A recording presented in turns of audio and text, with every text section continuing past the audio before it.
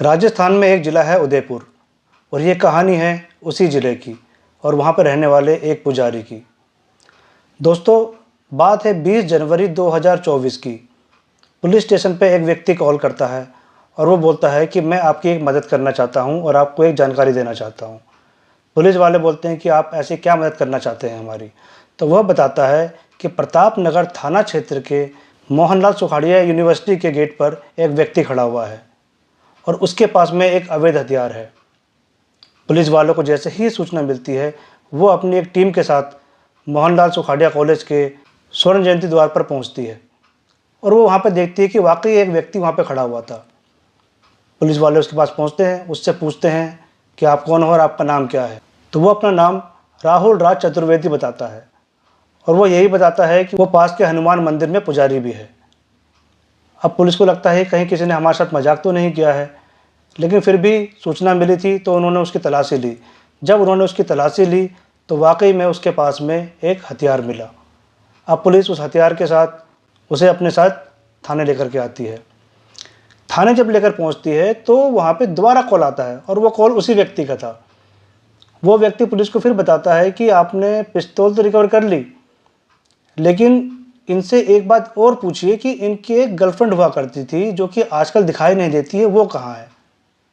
अब पुलिस पुजारी से पूछती है कि बताइए भाई, आपके पास ये पिस्तौल कहाँ से आया।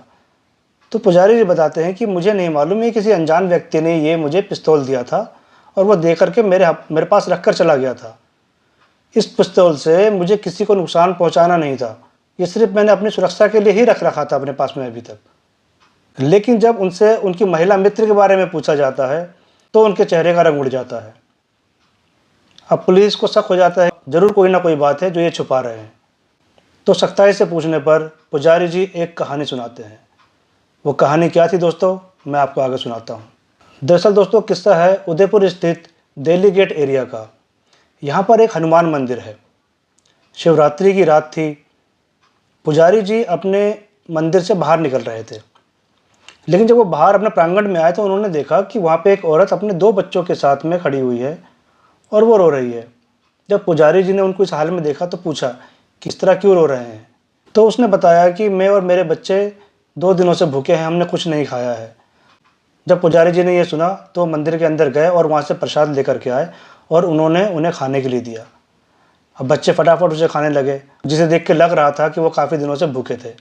अब पुजारी जी उससे उसके बारे में पूछते हैं कि इतनी रात को तुम यहाँ अपने बच्चों के साथ में क्या कर रही हो। तो वो औरत बताती है कि 2 दिन पहले उसकी लड़ाई उसके पति के साथ में हुई थी और वो गुस्से में अपना घर छोड़ करके बाहर आ गई। 2 दिन से वो भटक रही है, उसे रहने की कोई जगह नहीं मिली और आज भूख से इतनी त्रस्त थी कि उसे लगा कि मंदिर के बाहर कुछ ना कुछ तो मिल जाएगा। इसलिए मैं यहाँ पर आपके पास इस मंदिर के बाहर आई हूँ ताकि मुझे कुछ खाने को और रहने की जगह मिल सके, ताकि अगले दिन मैं अपने घर वापस जा सकूँ।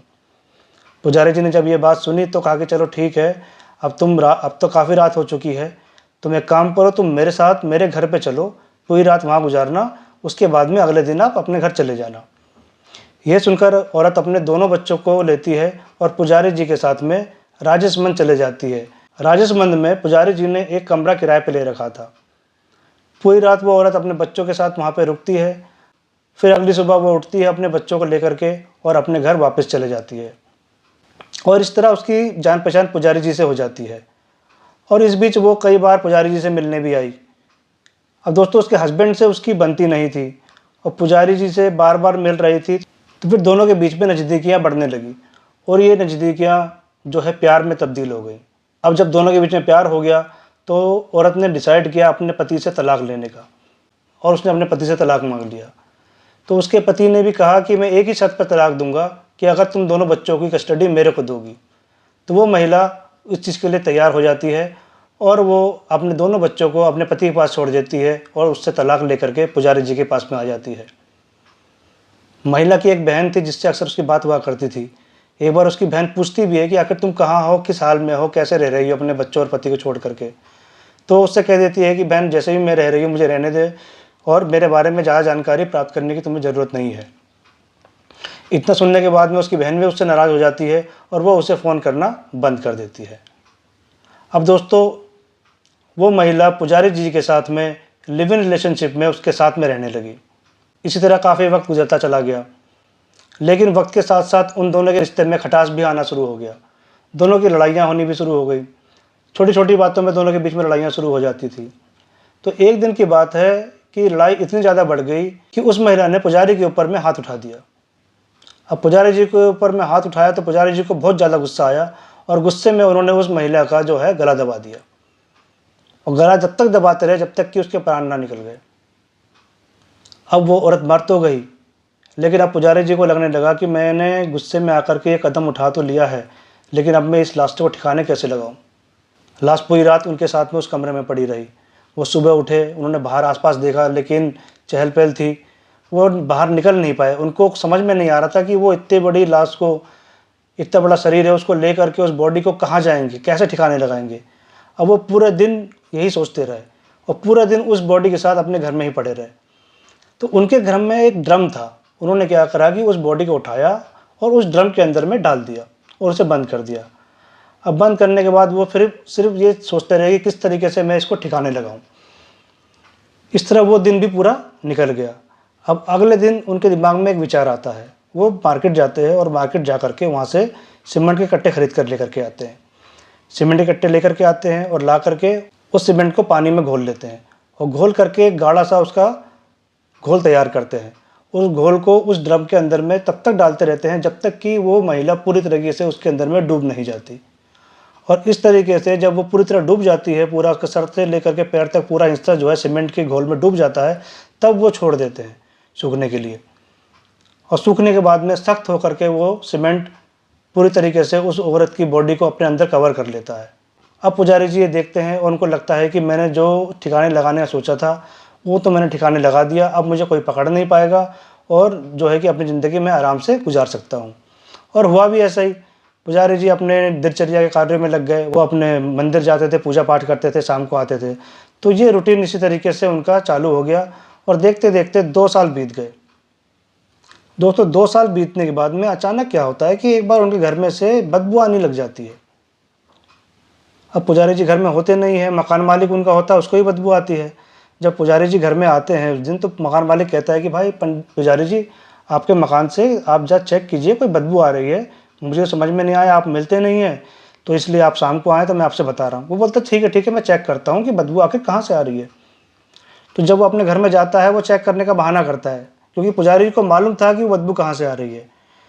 तो कुंडी लगा करके अपने घर में जाकर वो उस ड्रम को चेक करता है अच्छे तरीके से। तो वो देखता है कि उस ड्रम के अंदर में कुछ छेद हो गए थे और उस छेद में से कुछ तरल पदार्थ था जो निकल रहा था बराबर, और वो बदबू उसी तरल पदार्थ से आ रही थी और उस घर के अंदर पूरी वो बदबू फैल रही थी। अब पंडित जी को समझ में नहीं आता कि अब मैं ऐसा क्या काम करूं उसे ठिकाने लगाने का। फिर आखिर में वो एक फ़ैसला लेते हैं। वो अपने मकान मालिक को बुलाते हैं और उसे सारी बात बता देते हैं। मकान मालिक जब ये बात सुनता है तो वो कहता है कि पंडित जी आप घबराओ मत, इस लाश को ठिकाने लगाने में मैं आपकी मदद करूँगा। फिर वो क्या करते हैं, उस ड्रम के ऊपर में आग लगाते हैं और जला देते हैं उस ड्रम को। ड्रम तो जल जाता है, लेकिन अंदर जो सीमेंट का ब्लॉक होता है वो बच जाता है। फिर वो सीमेंट के ब्लॉक को ला करके वो छेनी और हथौड़े से तोड़ते हैं और उसे पूरा तोड़ देते हैं, उसके टुकड़े टुकड़े कर देते हैं। और फिर वो उसके बचे कुछ अवशेष होते हैं जो उसके शरीर के, उसको व्यास नदी में जा कर के बहा आते हैं। अब दोस्तों इस तरीके से वो बहा देते हैं और पूरा निशान जो होता है उस औरत का वो मिट जाता है। उसकी लाश जो थी वो ठिकाने लगा दी जाती है। लेकिन कहते हैं ना दोस्तों, जुर्म को जितना छुपाओ एक न एक दिन वो सामने आ ही जाता है। और एक अनजान व्यक्ति के कॉल के द्वारा पुलिस उस व्यक्ति को उठाती है, पुजारी को उठाती है और उससे पूछताछ करती है, और उस पूछताछ के बाद इस घिनौने मर्डर का जो है खुलासा होता है। अब ये बात तुरंत पूरे शहर में फैल जाती है और जो भी इस बात को सुनता है वो सदमे में रह जाता है कि आखिर ऐसे एक पुजारी जी इतना बड़ा क्राइम कैसे कर सकते हैं, कैसे एक औरत को मार के उसकी लाश को इस तरह ठिकाने लगा सकते हैं और अपनी ज़िंदगी को नॉर्मल जी सकते हैं।